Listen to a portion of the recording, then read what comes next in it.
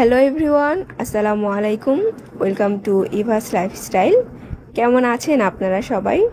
আমি ইভা আরও একটি নতুন ব্লগ নিয়ে আপনাদের মাঝে হাজির হয়ে গেলাম। আশা করছি আমার আজকের ব্লগটি আপনাদের কাছে ভালো লাগবে। সেদিন যে টুকিটাকি কিছু বাজার করেছিলাম ডিসিসি থেকে, সেগুলো এখন গুছিয়ে রাখছি। যদিও এই ক্লিপগুলো আমি লাস্ট ব্লগে আপনাদের সাথে শেয়ার করতে পারতাম, কিন্তু এগুলো এক্সট্রা করে অ্যাড করলে দেখা যেত যে ভিডিওটা অনেক বেশি বড় হয়ে যেত, তো এর জন্য আর অ্যাড করিনি। আমি যে ডিসিসি থেকে বাজার করি, তো একটা দোকান থেকে দেখা যায় আমি যত শুকনো জিনিসপত্র আছে কিনি, সবসময় তো আর সব জিনিস একই দোকানে থাকে না, দেখা যায় যেগুলো থাকে সেগুলোই নেই। তো রোজার সময় না আমি সেই দোকানটাতে গিয়েছি। তো রোজার সময় তো বেশি একটা আমি বাজার করিনি, মানে ঈদের বাজার যেটা, তো অল্প কিছু জিনিসই ছিল। তা আমি সেই দোকান থেকেই সব কিছু কিনছিলাম। তো আমি যখনই যে জিনিসই কিনি না কেন সেটার লিস্ট দেখি, মানে লিস্টটা নেই আর কি। তারপর আমার যে লিস্ট থাকে সেই ওটা অনুযায়ী সব কিছু দিয়েছে কিনা এগুলো চেক করে প্যাকেটে করে তারপর বাসায় নিয়ে আসি। তো সেদিন যেহেতু রোজা ছিল, তারপর সন্ধ্যার পরে গিয়েছিলাম, টায়ার্ড ছিলাম। তাছাড়া আমি একটু চেক করছিলাম যে আমার আর কি কেনাকাটা বাকি আছে। তো ওই ফাঁকে না তারা কি করেছে যে আমার জিনিসগুলো সব প্যাকেটে ঢুকিয়েছে ঠিকই, তো আমি আর চেক করিনি। ভাবলাম যে সব সময় একই জায়গা থেকে নেই, হয়তো বা সব কিছুই দিয়েছে। আর যেহেতু অল্প কিছু জিনিস, তো ভাবলাম যে এগুলো তো মিস হওয়ার কোনো প্রশ্নই আসে না। তো আমি আর স্লিপও চেক করিনি, বাজারও চেক করিনি, বাসায় চলে এসেছি। আর আসার পরও আমি কোনো কিছু না চেক খেয়াল করিনি। রাত 10টা বাজে গিয়ে আমি যখন প্যাকেট থেকে সব জিনিসপত্র বের করছিলাম, তখন দেখলাম যে ডিপ্লোমা দুধের যে প্যাকেট সেটা তারা দেয়নি, অথচ টাকাটা ঠিকই রেখেছে। তো এইটার জন্য আবার ডিসিসিতে যাব রোজার মধ্যে, তো আমি আর যাইনি। আর আমি যে তাদেরকে ফোন দিয়ে বলবো, তাদের ফোন নাম্বারও আমার কাছে ছিল না। তো ভাবলাম যে থাক, এরপর যখন যাব তখন তাদেরকে বলবো ব্যাপারটা। তো এবার যখন গেলাম, তো যাওয়ার পর অলওয়েজ যে ভাইয়াটা থাকে উনি ছিলেন না, একটু বয়স্ক করে আরও কয়েকজন ছিল, প্লাস যে জিনিসপত্র নিয়ে প্যাকেট করে দেয় ওই লোকটা ছিল। তা আমি গিয়ে ওনাকে বললাম যে এরকম আমাকে ডিপ্লোমা দুধের প্যাকেট দেওয়া হয়নি। তখন সে বলছিল যে এরকম তো হওয়ার কথা না ম্যাডাম, আমরা তো সব কিছুই দেই। তা আমি আর কোনো কিছু বলিনি। আর এমনিতেও আমি যে দুধের প্যাকেট পাবো সেই আশায় গিয়েছি তা না, আমি জাস্ট চাচ্ছিলাম তাদেরকে জিনিসটা বলার জন্য যেন এরপর আর এমন কোনো ভুল না করেন।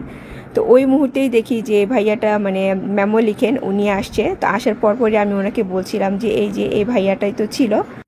তো ওনাকে বলার পর উনি বলল যে এমন তো হওয়ার কথা না ম্যাডাম। তো আমি আর এক্সট্রা করে কোনো কিছু বলিনি। আর আমার যেগুলো দরকার সেগুলো আমি ওনাকে বলছিলাম যে আমাকে প্যাকেট করে দেওয়ার জন্য। পরে দেখলাম যে আমাকে ডিপ্লোমা দুধের প্যাকেটটা দিয়ে দিল, আর কোনো টাকা রাখেনি। তো কথা যে আমি তো ওনার কমপ্লেনটা করলাম ঠিকই, কিন্তু ওইখানে যে লোকগুলো বসা ছিল সেগুলো কি ওই দোকানের ম্যানেজার কিংবা ওনার ছিল কি না আমি জানি না। এখন বাসায় এসে তো আমার অনেক টেনশন হচ্ছে যে আমি তো কমপ্লেন করে আসলাম, এখন যদি ওই ভাইয়াটার জব আছে না চলে গেছে আল্লাহ জানে। তো আমি দোয়া করছি যেন এরকম কোনো কিছুই না হয়।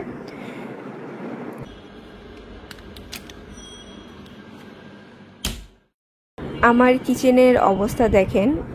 আমার হঠাৎ করে কালকে রাতে মাইগ্রেনের প্রবলেম হয়েছিল। তো আমি নর্মালি যে এই জিনিসপত্র রাতের বেলাতেই সব সময় গুছিয়ে তারপরে কিচেনটা ক্লিন করে দেন বেডে যাই। কিন্তু কালকে মাইগ্রেনের পেইনে আমি আর কোনো কিছুই করতে পারিনি, সব কিছুই যেমন কাটা ওইরকমই রয়ে গিয়েছে। আর এখন কিন্তু মাত্র 6টা 40 বাজে, 6টা 40ই বাজে। আমার এই ঘড়িটা আমি 5 মিনিট ফাস্ট করে রেখেছি। আর এখানে লিয়ানার জন্য আমি স্ন্যাক্স রেডি করছি একটা ঝটপট করে।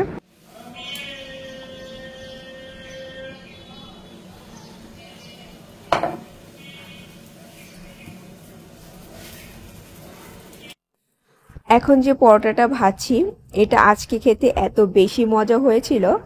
আমি সব সময় পরোটা খেতে ইচ্ছে করলে দেখা যায় রুটি তো অলওয়েজ করি, তো ওই রুটির ডো দিয়েই পরোটা বানাই। এক্সট্রা করে পরোটার যে ডো সেটা আমি রেডি করি না। তো আজকে কি মনে করে ভাবলাম যে না, পরোটার জন্য যে ডো সেটা দিয়ে আমি পরোটা বানিয়ে খাবো। তো এর আগে কখনো আমি খাইনি, সেদিন একটা ভিডিওতে দেখলাম। আর সত্যি সত্যি এক্সট্রা করে পরোটার ডো দিয়ে পরোটা বানিয়ে খেলে যে কি মজা হয়। তো আমি হচ্ছে রেসিপিটা মানে রেকর্ড করিনি, তো ভাবলাম যে এরপর যদি কখনো এরকম করে বানাই রেসিপিটা আপনাদের সাথে শেয়ার করব, যেন আপনারা এরকম করে বানিয়ে খেতে পারেন।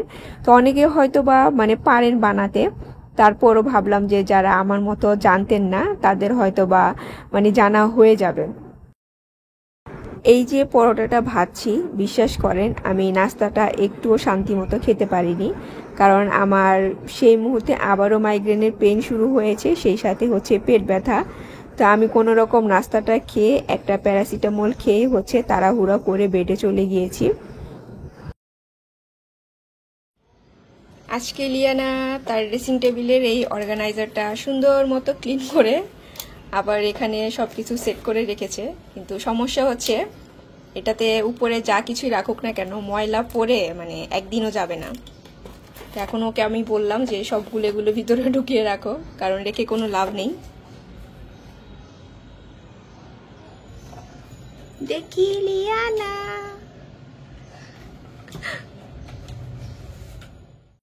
মাঝে মধ্যে আমার কাছে মনে হয় যে আমার সুপার পাওয়ার চলে আসে, কারণ আজকে আমার এত এনার্জি ছিল যে কি বলবো। আমি সকালবেলা তো লিয়ানাকে দিয়ে এসে আমি ছটফট করে রান্না শেষ করে নিয়েছি, কারণ ইদানিং হচ্ছে গ্যাস মানে কমে যাচ্ছে। তো রান্না শেষ করা শেষে অন্য সময় আমি টায়ার্ড হয়ে যাই, কিন্তু আজকে না আমি টায়ার্ড হইনি। তো আমার কাছে মনে হলো যে আজকে হচ্ছে মানে আমি লিয়ানার রুমের লুকটা একটু চেঞ্জ করি। তো অনেক দিন ধরে মানে আমি এই জিনিসগুলো চাচ্ছিলাম, কিন্তু আর করা হচ্ছিল না। দেখা যায় এই কাজ সেই কাজ, আবার ওই যে বললাম একটু সিক হয়ে যাওয়া। তো ফাইনালি আজকে হচ্ছে আমি একটু টাইম করে নিজেই হচ্ছে মানে বেডটাকে সরিয়ে নিলাম।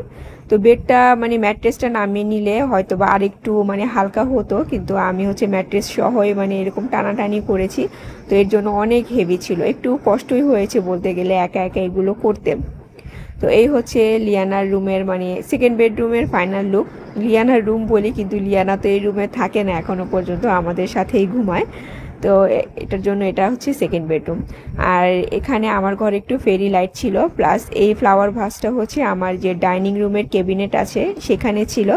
তো ভাবলাম যে ওইটা এখানে নিয়ে আসি আর একটু ফেরি লাইট দিয়ে দিই, দেখতে অন্যরকম লাগবে।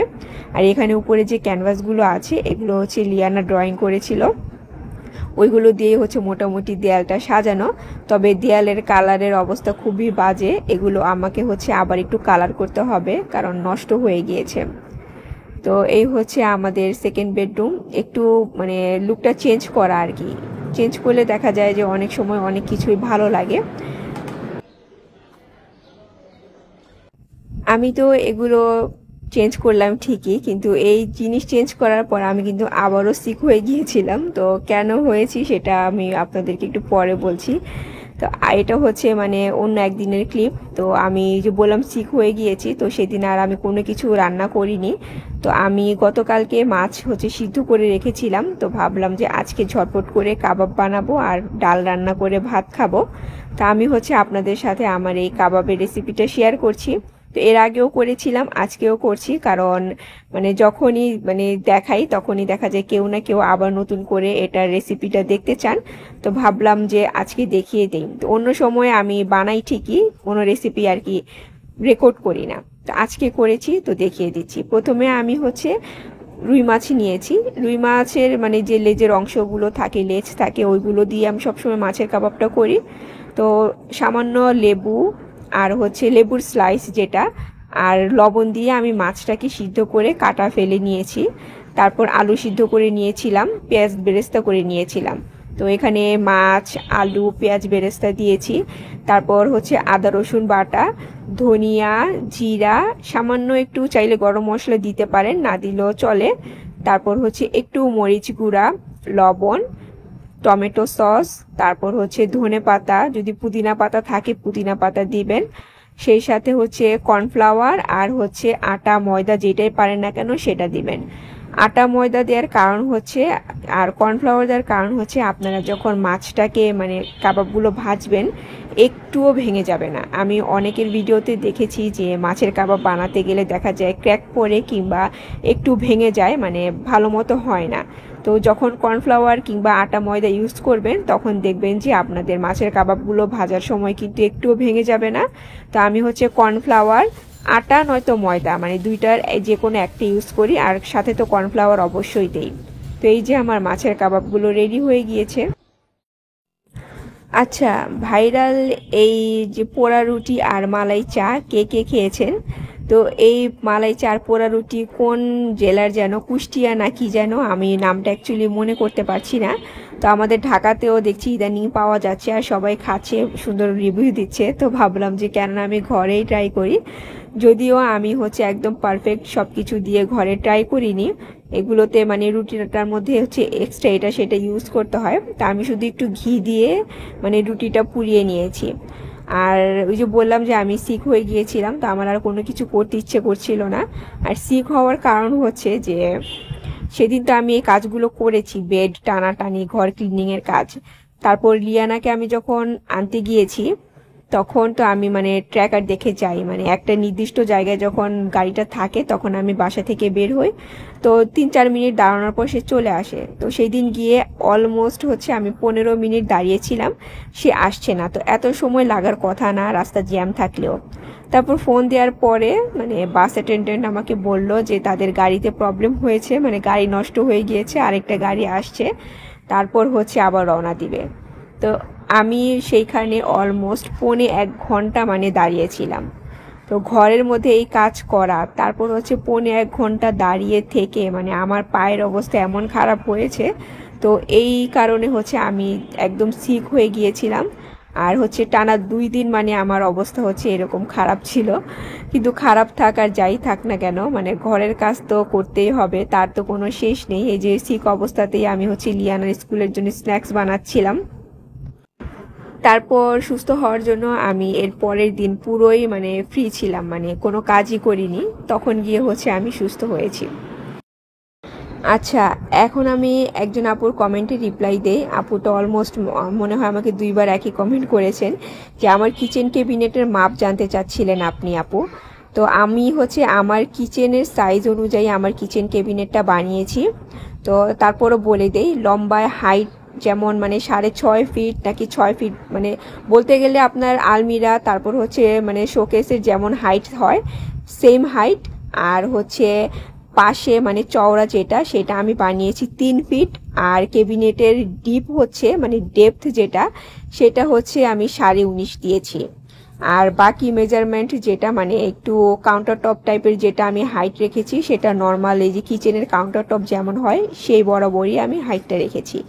তো আমি আমার মানে কিচেনের সাইজ অনুযায়ী বানিয়েছি, আপনি আপনার কিচেনের সাইজ অনুযায়ী বানাতে পারেন। কিংবা আমি যেটা বানিয়েছি এটা হচ্ছে একটা স্ট্যান্ডার্ড সাইজ, যেহেতু পোর্টেবল তো আমি হচ্ছে যে কোনো জায়গায় মানে এই সাইজটা নিয়ে মুভ করতে পারবো। কারণ অনেক বাসাতে দেখা যায় যে সিঁড়িগুলো কিন্তু অত বেশি চওড়া থাকে না, তো বেশি বড় টাইপের ফার্নিচার নিয়ে গেলে মানে উঠাতে প্রবলেম হয়। তো আমার এই পোর্টেবল ক্যাবিনেটটা মানে উঠাতে আর প্রবলেম হবে না। সেই সাথে হচ্ছে আমি ভেজিটেবল কাটার কোন জায়গা থেকে কিনেছি, লাস্ট ব্লগে যে আমি যেটা দিয়ে করলা কাটলাম সেটা আমি বাণিজ্য মেলা থেকে কিনেছিলাম, মানে ইন্ডিয়ান স্টল থেকে, এটার কথাও আমি আপনাদেরকে বলেছিলাম। আর বক্স সিস্টেম যেটা সেটা হচ্ছে আমি স্টান মল্লিকার নাবিল শপ থেকে কিনেছি।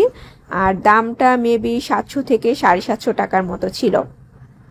তো আর কোনো কমেন্ট আমার আপাতত মনে পড়ছে না, যে 2টা মনে পড়লো আপনাদেরকে আমি রিপ্লাই দিলাম। একদিক থেকে আমি ডিনার রেডি করছিলাম, ডিনারে তো রুটি খাওয়া হয়। তারপর হচ্ছে লিয়ানার জন্য স্ন্যাক্সটাও রেডি করে রাখলাম, কারণ সকালবেলা এই স্ন্যাক্সটা বানাতে গেলে একটু লেট হয়ে যাবে। আর আজকে আমি আপনাদের কাছ থেকে বিদায় নিয়ে নিচ্ছি। Take care and always love yourself. আল্লাহ হাফেজ।